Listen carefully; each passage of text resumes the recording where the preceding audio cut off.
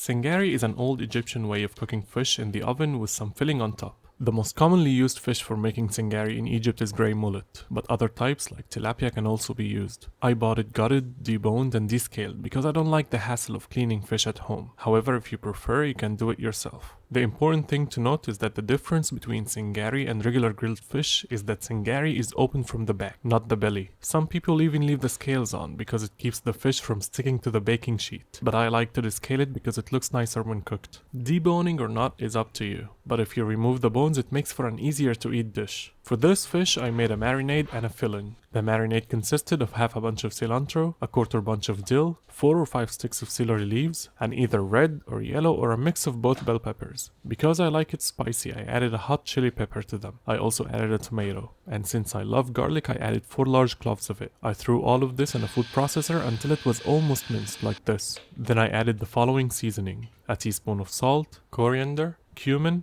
half a teaspoon of paprika, and a sprinkle of black pepper. I also squeezed about 2 teaspoons of lemon juice, but I like to add more lemon after the fish is done cooking. Then I added about 4 tablespoons of olive oil, mixed all the ingredients and gave it a taste. Try to make this marinade a little too salty, because the salt and spices in it are what will marinate the fish itself. The back of the fish I brushed with oil and seasoned with salt. Use coarse sea salt if you have it. It's better than table salt.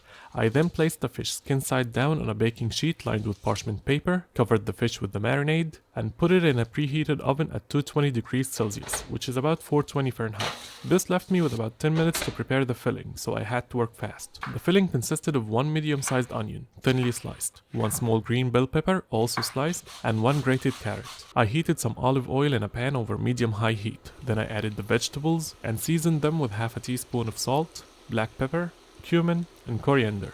Some people like to put this filling on top of the fish raw, but I recommend sweating it in oil first. This will enhance the flavor and texture. And I don't let them brown. I just cook them until the onions are translucent and the vegetables have softened a bit. After 10 minutes in the oven, I took the fish out, added the filling that I just sweated, and some lemon slices. Then I put it back in the oven. This time I turned the broiler on and moved the baking sheet closer to it so the fish and the filling could brown a bit. Once they were browned, I took them out of the oven, and because I'm very clever, I held the baking sheet with my hands while it was still hot to show it to the camera. After running cold water over it and applying that ointment that no one likes the smell of, I squeezed some lemon juice over the fish. In my opinion, squeezing lemon right before serving is much better than adding all the lemon in the marinade. And the fish turned out amazing. The marinade made it very tender, and because I cooked it under the broiler at the end, it had some nice crispy bits. Usually I make it with some rice and tahini salad, but we were very hungry and couldn't resist, so Hora and I just ate it with a fork without any sides. Give it a try and let me know what you think.